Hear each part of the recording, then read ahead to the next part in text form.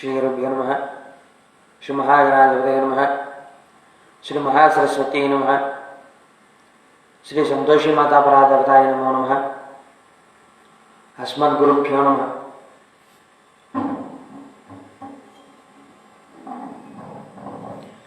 భక్త మహాశయులందరికీ శుభోదయం. ఈరోజు కార్తీక మాసంలోని 6వ రోజు, అలాగే 6వ అధ్యాయం గురించి ఈరోజు చెప్పుకుందాం. ఈ అధ్యాయంలో భాగంగా దీపదాన విధి, దాని మహత్యము, అలాగే లుబ్ధ వితంతువు స్వర్గమునకు వెళ్ళడం, వీటి గురించి ఈ అధ్యాయంలో చెప్పుకుందాం. ఈ కథలో ఓ రాజశ్రేష్ఠుడా, ఏ మానవుడు కార్తీక మాసము 9 రోజులు పరమేశ్వరుని శ్రీ మహావిష్ణువును పంచామృత స్నానం చేయించి కస్తూరి కలిపిన మంచి గంధపు నీటితో భక్తిగా పూజించునో అట్టివానికి అశ్వమేధ యాగం చేసినంత పుణ్యం దక్కును. అటులనే ఏ మానవుడు కార్తీక మాసమంతయు దేవాలయమునందు దీపారాధన చేయునో వానికి కైవల్యం ప్రాప్తించును. దీపదానం చేయుట ఎటులన పైడి ప్రత్తి తానే స్వయముగా తీసి శుభ్రపరిచి వత్తులు చేయవలెను. వరి పిండితో గాని గోధుమ పిండితో గాని ప్రమిద వలె చేసి వత్తులు వేసి ఆవు నెయ్యి వేసి దీపం వెలిగించి ఆ ప్రమిదను బ్రాహ్మణులకు దానమియ్యవలెను. శక్తి కొలది దక్షిణ కూడా ఇవ్వవలెను. ఈ ప్రకారముగా కార్తీక మాసమందు ప్రతిదినము చేసి ఆఖరి రోజున వెండితో ప్రమిదను చేయించి బంగారముతో వత్తిని చేయించి ఆవు నెయ్యి నిండుగా పోసి వెనుక చేసిన ప్రకారముగా గోధుమ పిండితో ప్రమిదను చేసి ఆవు నెయ్యి పోసి దీపం వెలిగించి ఈ 9 రోజులు దానం చేసిన బ్రాహ్మణులకే ఇది కూడా దానం ఇచ్చిన ఎడల సకలైశ్వర్యములు కలుగుటే కాక మోక్ష ప్రాప్తి కలుగును.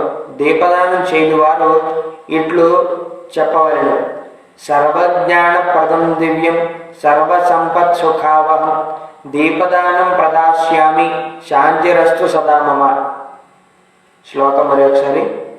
సర్వజ్ఞాన ప్రదం దివ్యం సర్వసంపత్ సుఖావహం దీపదానం ప్రదాస్యామి శాంతిరస్తు సదా మమ. ఈ శ్లోకం యొక్క అర్థం ఏమిటంటే, అన్ని విధముల జ్ఞానం కలగచేయునదియు సకల సంపదలు ఇచ్చినదియు ఈ దీపమును నేను దానం చేయుచున్నాను, నాకు శాంతి కలుగు కాక అని అర్థం. ఈ విధముగా దీపదానం చేసిన తర్వాత బ్రాహ్మణ సమారాధన చేయవలెను. శక్తి లేని ఎడల 10 మంది బ్రాహ్మణులకైనను భోజనం పెట్టి దక్షిణ తాంబూలం ఇవ్వవలెను. ఈ విధముగా పురుషులు గాని స్త్రీలు గాని ఏ ఒక్కరు చేసినను సిరి సంపదలు, విద్యాభివృద్ధి, ఆయుర్వృద్ధి కలిగి సుఖింతులు. దీనిని గురించి ఒక ఇతిహాసము కలదు, దానిని వివరించదను, ఆలకించండి అని వశిష్ఠుడు జనకులతో ఇట్లు చెప్పనట. లుబ్ధ వితంతువు స్వర్గమునకు వెళ్ళడం. పూర్వకాలమున ద్రవిడ దేశమునందు ఒక గ్రామమున ఒక స్త్రీ కలదు. ఆమెకు పెండ్లైన కొద్ది కాలమునకే భర్త మరణించను. సంతానం గాని ఆఖరికి బంధువులు గాని లేరు. అందుచే ఆమె ఇతరుల ఇంట్లో దాసీ పని చేయించు అక్కడనే భుజించుచు ఒకవేళ వారి సంతోషం కొలది ఏమైనా వస్తువులు ఇచ్చిన ఎడల ఆ వస్తువులను ఇతరులకు హెచ్చు ధరకు అమ్ముకొనుచు ఆ విధముగా తన వద్ద పోగైన సొమ్మును వడ్డీలకు ఇచ్చి మరింత డబ్బును కూడబెట్టుకొనుచు దొంగలు దొంగిలించి తీసుకొచ్చిన వస్తువులను తక్కువ ధరలకు కొని ఇతరులకు ఎక్కువ ధరకు అమ్ముకొనుచు సొమ్ము కూడబెట్టుచుండెను. ఈ విధముగా కూడబెట్టుకున్న ధనమును వడ్డీలకిస్తూ శ్రీమంతుని ఇంటిలో దాసి పనులు చేస్తూ తన మాటలతో వారిని మంచి చేసుకుని జీవించుచుండెను. ఎంత సంపాదించిననేమి ఆమె ఒక్క దినము కూడా ఉపవాసము గాని దేవుని మనసారా ధ్యానించుడు గాని చేసేయగలదు. పైగా వ్రతములు చేసేవారిని, తీర్థయాత్రలకు వెళ్ళేవారిని చూసి అవహేళన చేసి ఏ ఒక్క భిక్షగానికి పిడికెడు బియ్యము పెట్టక తాను తినక ధనమును కూడబెట్టుచుండిది. అటులో కొంతకాలం జరిగాను. శ్రీరంగంలోని శ్రీరంగ నాయకులను సేవించుటకు బయలుదేరి మార్గం వచ్చున ఈ స్త్రీ ఉన్న గ్రామం నాకు వచ్చి ఆ దినము అక్కడ ఒక సత్రంలో మజిలీ చేశాను. అతడు ఆ గ్రామంలోని మంచి చెడ్డలు తెలుసుకుని ఆ పిసినారి స్త్రీ సంగతి కూడా తెలుసుకుని ఆమె వద్దకు వెళ్ళి, అమ్మ, నా హితవచనము ఆలకింపు.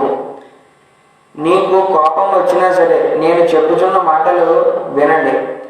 మన శరీరములు శాశ్వతము కావు, నీటి పొడగల వంటివి. ఏ క్షణములో మృత్యు మనలను తీసుకుని పోవునో ఎవరూ చెప్పలేరు.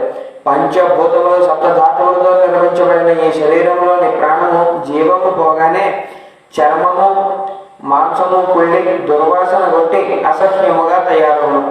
అటువంటి ఈ శరీరాన్ని నీవు నిత్యమని భ్రమించుచున్నావు.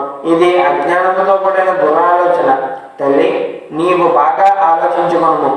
అగ్నిని చూచి మిడత దానిని తినేద్దామని భ్రమించి దగ్గరకు వెళ్ళి భస్మమగుచున్నది.